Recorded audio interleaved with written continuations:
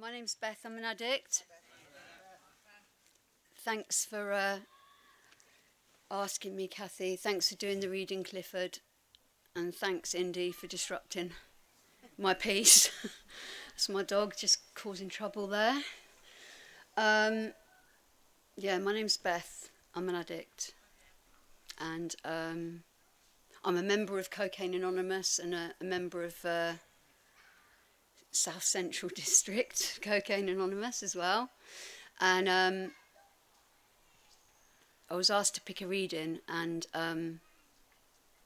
because I'd quite like a little bit of not rehearsing anything, I asked someone else to choose, where to read from in the book, and then asked, Clifford to choose exactly where, because I'm just not a very I don't have a rehearsed share. I never have had a rehearsed share, and there's a reason for that. It's because I'm asked to share my experience based on my truth, and my truth and my current experience is changing all the time, and it always has since I first came here. But what I'm going to try to do is tell you why I believe I haven't relapsed since I worked the steps the first time,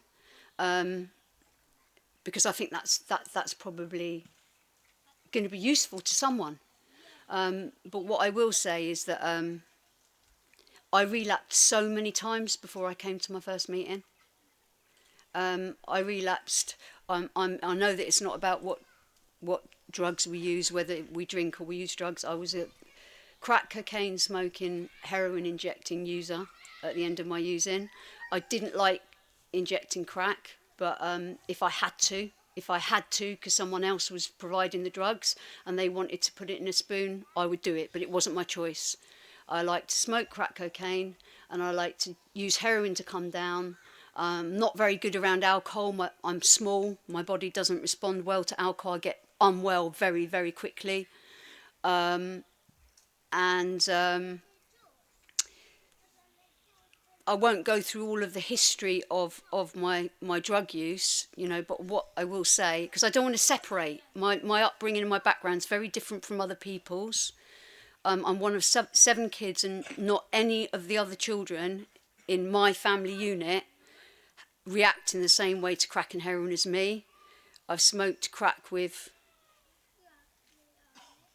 2 of my sisters, my younger brother, my mum, my stepdad, and my real dad. My mum, my stepdad, and my real dad are all dead. My 2 sisters and my younger brother don't react the same way as I do to crack cocaine. They don't. They'll smoke my crack while I'm giving it to them, and then they'll just go away, and then they go back to their life and they don't really think about it again. That's just how they react to that drug.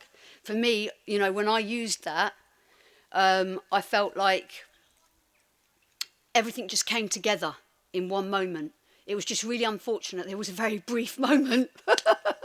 It's not a very sustaining, enduring drug.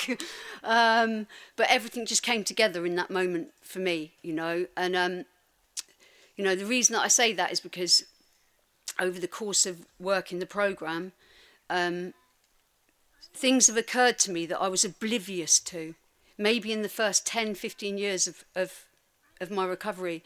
And it's not because I didn't read lots of literature or go to lots of meetings and do lots of service. I 100% in the last 25 years of continuous sobriety have never not had a home group.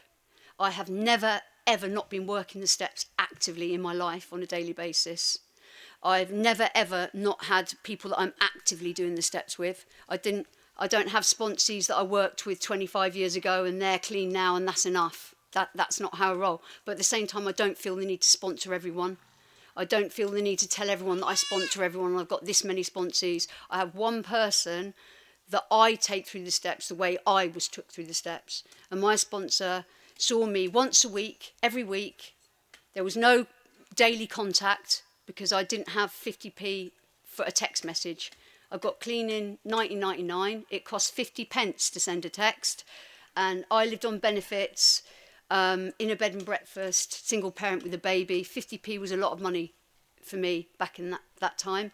So we arranged to meet each other one week after we'd gone through the steps, and I went to walk to her house, and then I saw her the next week at exactly the same time.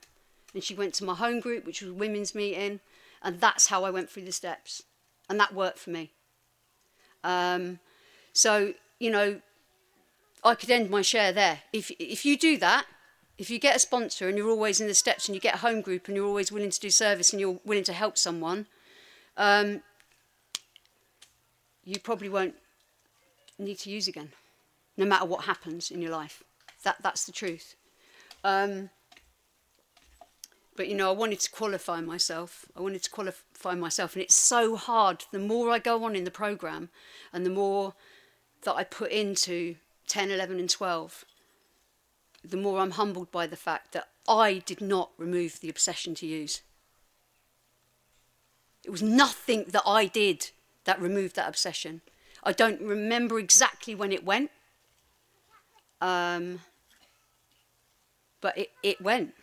You know, and it's never returned. But at some point in the first year of my sobriety, I just stopped continually thinking about it. I stopped waking up and it was not my first thought.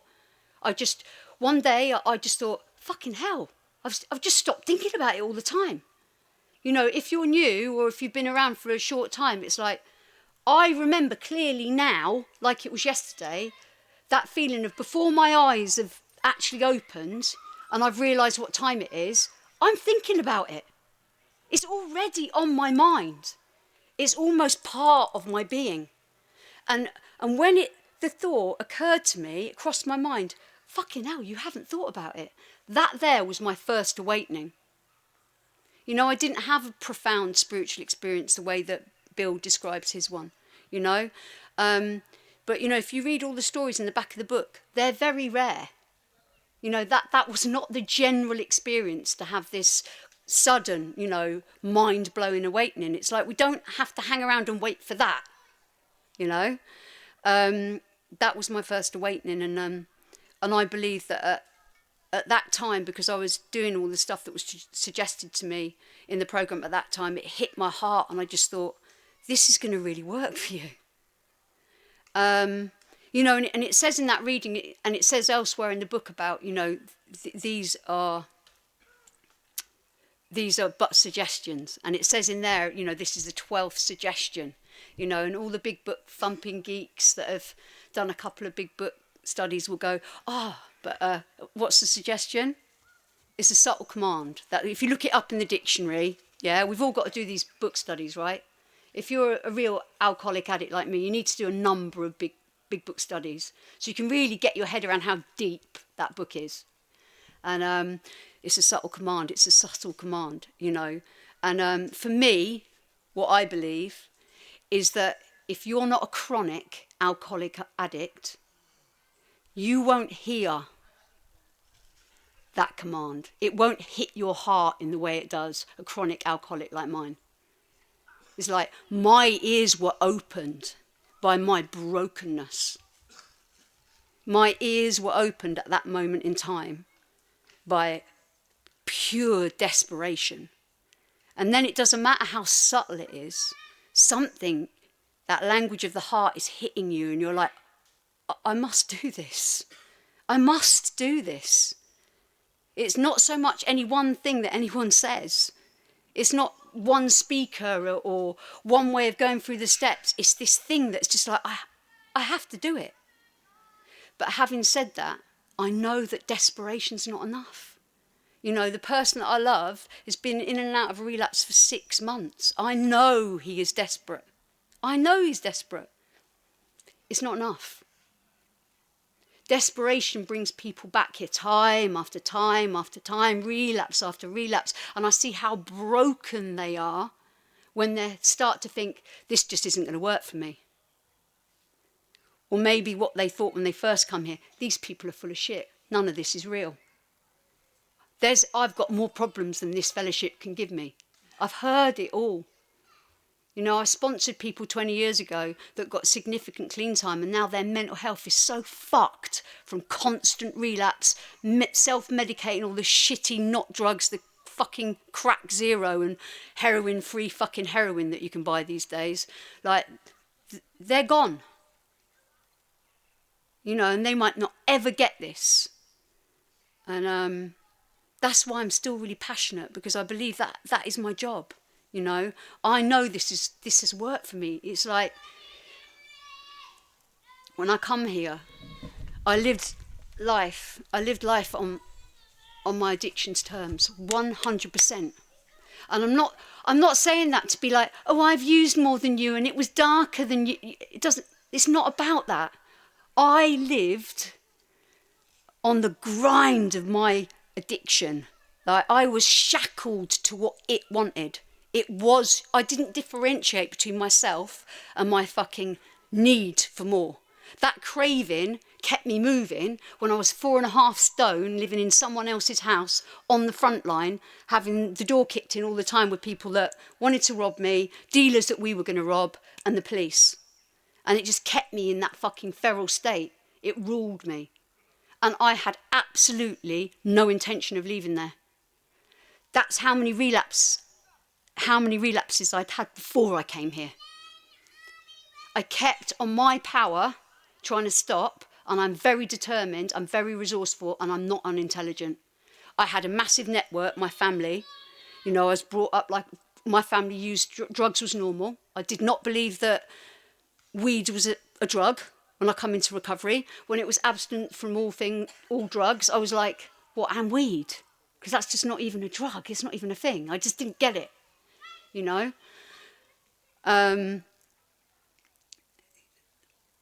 Life on my addict's terms was what I'd surrendered to. That's how fucked up it is.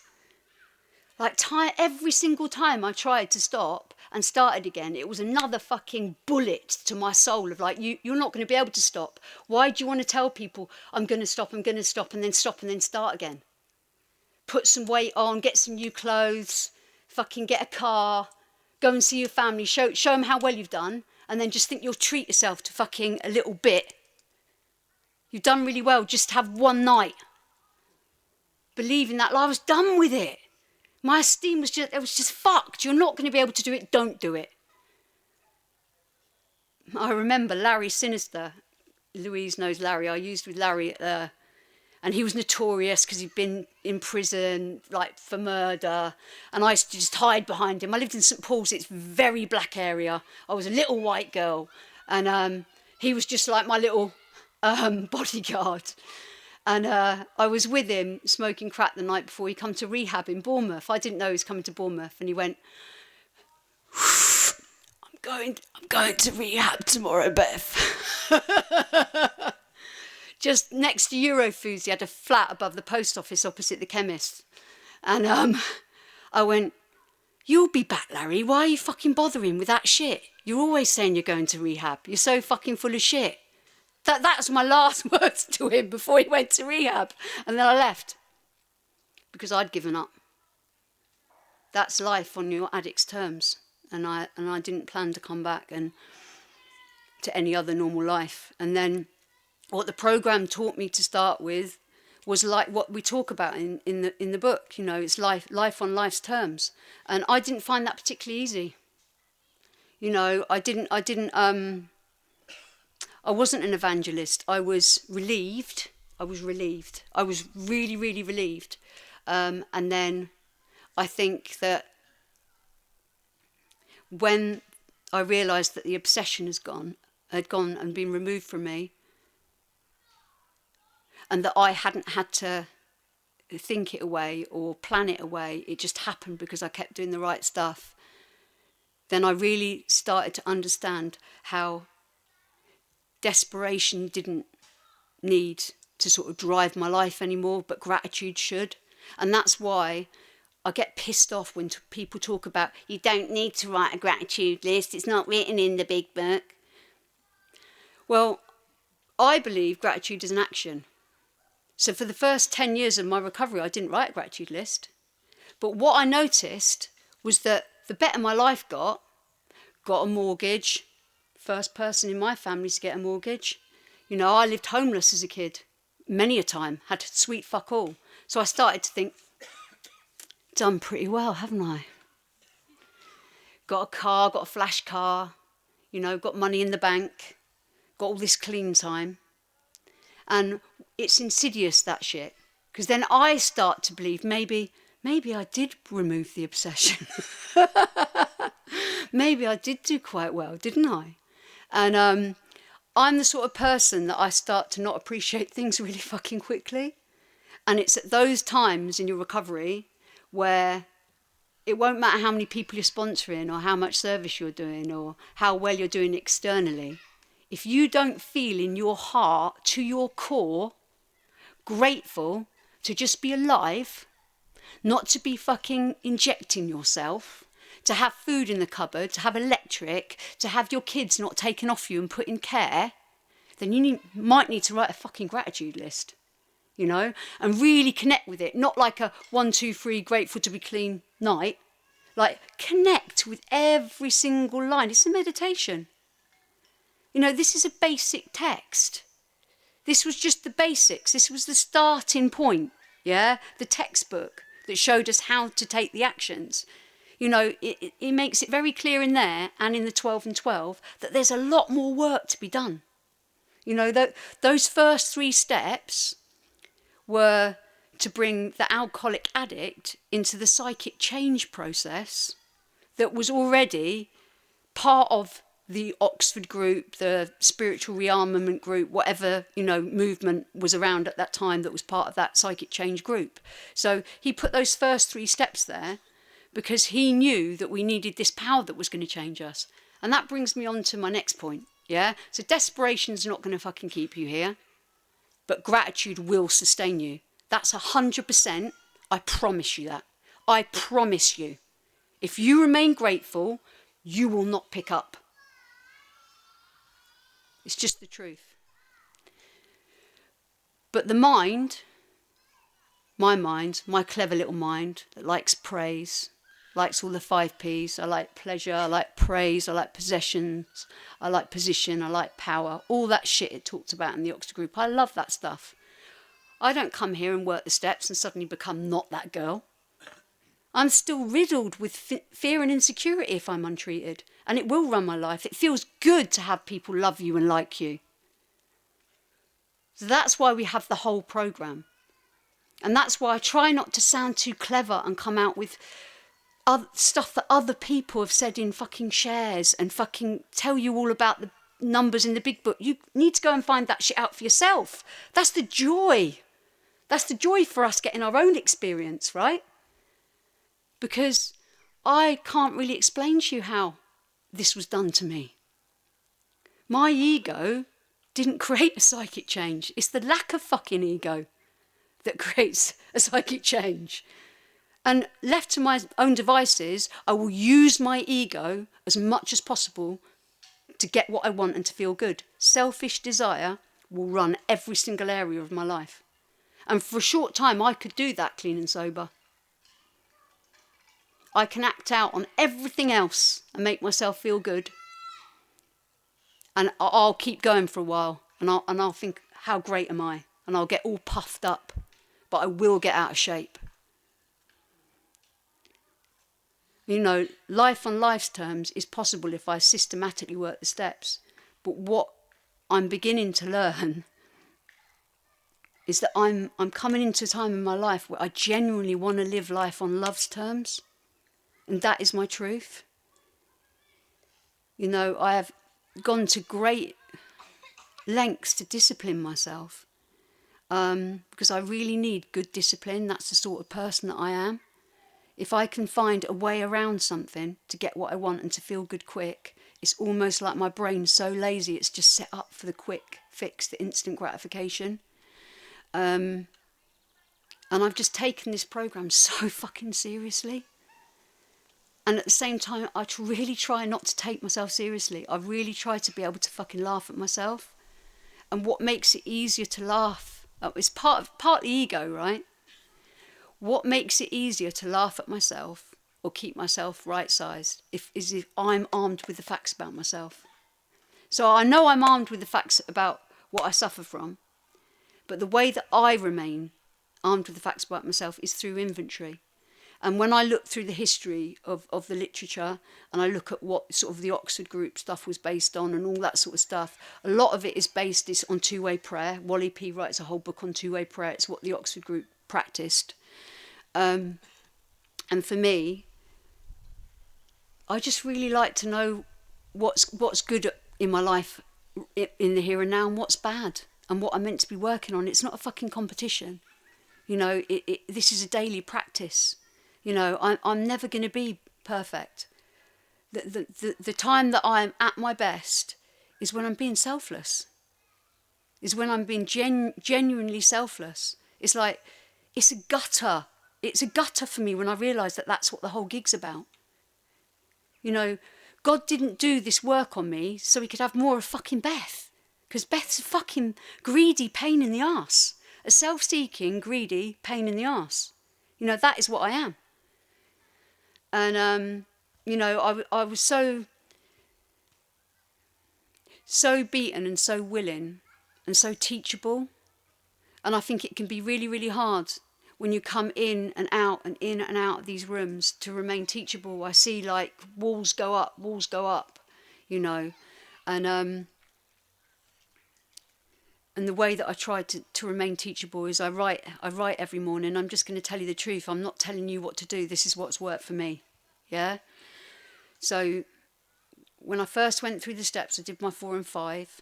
And then I wanted to just skip straight through the rest of the steps. But when I got to 6 and 7 in the big book, I was very disappointed by 6 and 7 because I just didn't really get it. I didn't have an active prayer life. I just had my first experience of God with my sponsor. Let me just tell you a little bit about that. Yeah? I know I'm jumping around a bit. So I picked my first sponsor because she was the most egoless, approachable person that I'd ever met in my life. All the other, I was going to a different fellowship then, yeah? And I went to a women's meeting. And there was some people in the fellowship at the time, and there was a lot of women in the programme then were counsellors in treatment centres, and there was this sort of a bit of therapy going on in sponsorship, and there was a lot of ego. So one time I heard this woman, Serena, say to someone, "I'm taking you off step 3 and putting you back on step 1, to her sponsee in front of people outside a meeting, and I thought, I'm not fucking asking her. Do you know what I mean? It's like first asking a woman for help, you know, and then getting sort of like judged and sort of like put in the like dunce's corner because you fucking failed step 3. Do you know what I mean? That's what it come across like. And I met this woman at this women's home group, this woman Jane, and she definitely used like me. She was definitely a real addict, and she was just lit up. She was just beautiful. She just had this peace about, this air, this sort of like really approachable and just easy breezy sort of. Wasn't cliquey, was just getting on with her life. Do you know what I mean? She wasn't sort of all up in the mix of everyone's business. And I was like, oh, I was really dishonest. I pretended I had a sponsor, and I asked her to go for coffee with me, and then I didn't ask her to sponsor me because I was too scared. And then the next time I went for coffee with her, I said, will you help me with some step work? And we went for coffee, and she was like, oh, what step work are you doing? And it was like, I'm not doing any fucking step work. And so I went, will you sponsor me? Like that. And she was like, yeah, I'd love to. It'd be a privilege and an honour. And I was like, oh, God, that's a bit much. And she made it really simple for me. And we did some 1, 2 and 3. And she said, are you willing to do a step 4? And I said, yes. And she gave me a step 4 to do. I went and wrote my step 4, didn't take too long over it. She said, pray, then write, pray, then write, pray, then write. That's what I did. Went round to her house. She didn't have to give me a time limit. I was just keen to get it all done. And went round to her house, and then she said, right, okay, before we do your step 5, we're going to pray. I have never prayed I've meditated because I lived on ashrams with hippies as a kid. I did satsang, meditated, all that sort of shit. Never prayed in my life on my knees with anyone. And I was like, oh. And she was like, well, you know, this is what I do. I get on my knees and I pray. And I was like, 'cause she was just so beautiful. And I've just never done the steps or anything before. So I was a bit like, okay. And then as we got on our knees, I looked up and she had like a Bible on a mantelpiece, and I was like, oh, fuck. Oh, shit. Abort. But, I didn't. I went along with it. And it was just really beautiful. We just did the step 3 prayer together. And then I read my step 5. And I've done that ever since, every single step 5. And she never told me to go to her church. She was doing an Alpha course. She was really involved in church. Never once. She didn't mention it beyond doing that prayer. She never shared about it in meetings. She had God in her life. And that is what had attracted me to her. And I didn't know it. And it's really beautiful that I didn't know that she loved Jesus, because I would have never, ever, ever in a million years asked her to sponsor me. And she fucking carried the message to me. Isn't that beautiful? And over time, what I've learnt to love is just that people that have a lively faith, because even though I'm not religious, it's humble. It's really humble that people are just like, this is my God, this is what I believe, I go to church, that's what works for me. I just think that's really humble. Whereas me, arrogant twat, no, I've got to work God out before I can believe in God. Just, I'll get back to you when I've worked it out, yeah? And what I know now is that, my ego doesn't create a psychic change. My ego can't even really explain to you what's happened to me and how I've been rearranged and changed. I can't explain it to you. All I know that is through systematic discipline and writing every day, which is what I do, which I'll circle back to my point around the ego. One of the main reasons that I took to inventory is because I hate being called out on my shit by someone else, right?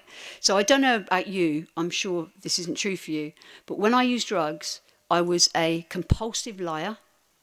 I was manipulative. I would forget the lies that I told, because there would be lies on top of the lies on top of the lies. So a lot of my time when I was lucid was trying to remember, when I was talking to you, what the fuck have I told this person?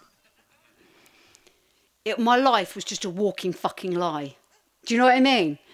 And one of the horriblest things that's ever happened to me from childhood all the way through is when you get totally caught out on your bullshit. I hate it. I go into a proper shame spiral, because this image that I've invested so much in trying to make everyone believe who I am is just fucked, and I just want to run away and hide under a stone. And because, I'm such an imposter in my own life, when I come into the programme, I just don't, I want to be as far away from that fucking woman, and I just want to be in my fucking truth, yeah? So anyone's going to call me on my shit, I just want to be able to do it first. So that's my truth. do my own inventory. It's a bit of fear. It's fear of being caught out. It's been fear of people going, yep, she's a liar. Told you she's a fucking liar. So what I like to do is stay on top of my shit. And then, I know where I've got dishonesty going in my life, and fear going on in my life, and pride. And those 3 things I've sort of coined a little... Yeah, I've coined a little phrase for those things. They're like the toxic fucking trilogy in the addict's life, yeah? So, pride, fear, self-deception, that dishonesty, yeah? Those 3 things, I was crippled with those things unless I used drugs. I was crippled with those things. Give me drugs, I have no fear, I have no pride, and I don't give a fuck about being honest. I will just say whatever gets me what I want. And what I know for me is true. I have to stay on top of that toxic trio in recovery. And those are the things that I watch for. And when I see people go out and use, it's because they don't want to be honest about their own shit. And they're riding on that self-deception. So they start believing their own fucking lies about who they are and how their life is and blah, blah, blah, blah, And there's a lot of pride invested in that, especially when you've got clean time and you think you're a certain thing. It's like I've got to protect this image that I'm always all right and I'm always really well and I'm really spiritual and blah, blah, blah. It's just like it's just another the whole narrative of bullshit. Do you know what I mean? It's like, we're not here to impress each other with how fucking spiritual we are. That's not what this is about. I'm only here coming to meetings still because I need to share my experience so that I can fucking get enough of me out of the way so I can be useful to someone new or that's been around for a while and is fucking barking, dishonest, proud and full of fear, and is about to pick up, and thinks that they shouldn't be in that space. You know, that toxic trio, I stay on top of that, and try to keep myself right-sized, and I do that writing every morning. It just doesn't feel right for me not to do it anymore. It's like I had a lot of head knowledge and I did have to be disciplined. I had to do lots of book studies. I would do a book study with any fucker that would do a book study with me. I was not proud. All of the literature, I love it. Yeah, I'm a proper geek. I don't care if everyone's like, oh, they're just, all they talk about is recovery, all they care about. I didn't have a life anyway. I was a mum. Do you know what I mean? Trying to get educated in a job. It was my life. That I was that person. I was a little robot. And what? You know, I needed to understand. I needed to drum it in. Yeah, because what's not essential, what I want, you know, fear of what I might not get. Yeah, what this person thinks, being consumed by that, being consumed by resentment, that will intrude and invade on my mind at any given moment, 24/7 if I'm untreated. But what is essential has to be invited. I don't have a mind that openly invites and is fertile to what is essential in my life. That's what my alcoholism is. If you can just come here and just go to meetings and hang out with people and just stop using and the obsession just goes and you don't really think about it, fucking crack on. Welcome. Yeah? But I will ask you, if you are sat here now with some clean time and you've not had to do any work, any steps, and you're not troubled by the thought of drink and drugs, don't fucking sponsor anyone. Because the amount of people I've sat down with that have relapsed over and over and over again, and they brought their big book round, and I go, why did you highlight that? I don't know, she just told me to. What does it mean? I don't know, she just told me to highlight that bit. Did you discuss it? No, she just told me to highlight the bit she highlighted. That's not fucking sponsorship. You're killing real alcoholic addicts because you want to tell everyone you sponsor people and you do loads of service. If you suffer the way that I suffer, you'll have to get fucking busy and you'll have to discipline your mind and you'll have to absorb as much knowledge as you can, because otherwise you will be invaded by thoughts of fucking using, or you will just fucking hate life. You'll think, this is shit. Why am I bothering being here? The world's fucked anyway. He's a prick. Work shit. I'm working for the fucking government. I'm paying 1/3 of my income in tax. Fuck it. That's what my head does. So, didn't know where that come from.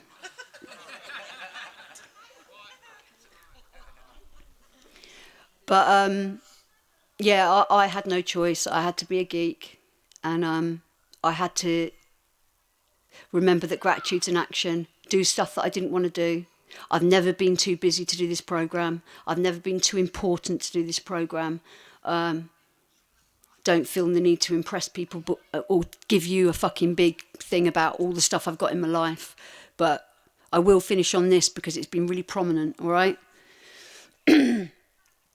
It's a Bristol story, Lou, so you'll like it. Towards the end of my using, so probably 26 years ago, my ex-husband had been nicked with loads of drugs for the second time and fucked off. Left me in Bristol with my 2-year-old daughter. I'd gone through the stage of just moving into people's houses and selling drugs, heroin and crack to people from Wales and Scotland. At that time, they'd pay loads of money for heroin and crack. And I could just get by selling ounces of heroin and crack to out-of-town people that would come.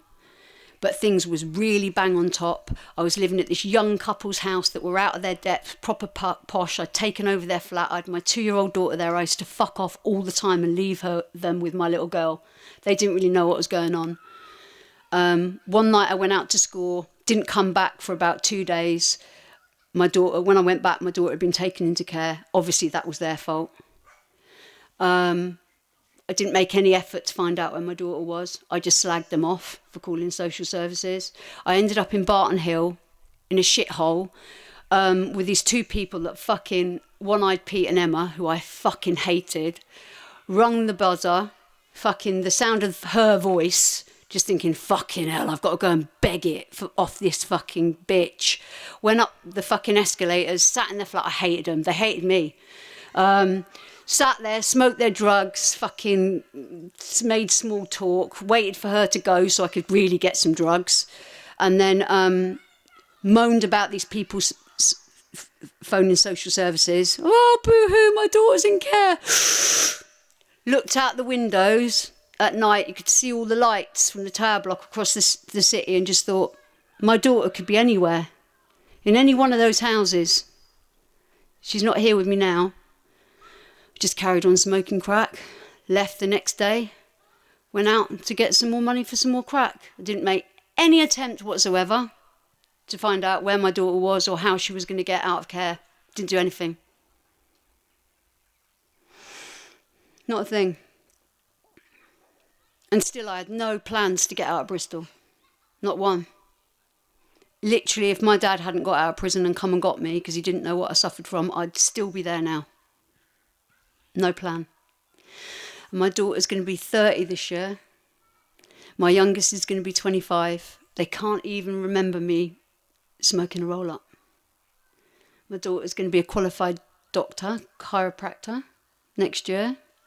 She's a proper middle-class twat with a middle-class dog and a middle-class boyfriend, and she's just getting her first mortgage. We go to the gym together and just do middle-class shit. And my youngest is learning film, and he's at uni in Salford, and he's the happiest gay in Salford. So yeah, I mean, I didn't do any of that. None of that is down to me. It's all down to this program and God that has come into my life, that I've opened my heart to, has completely rearranged who I am. Because I do stuff that just isn't me. This is a completely different spirit that animates me today. And I'll leave it there. Thank you for listening. Thank you very much.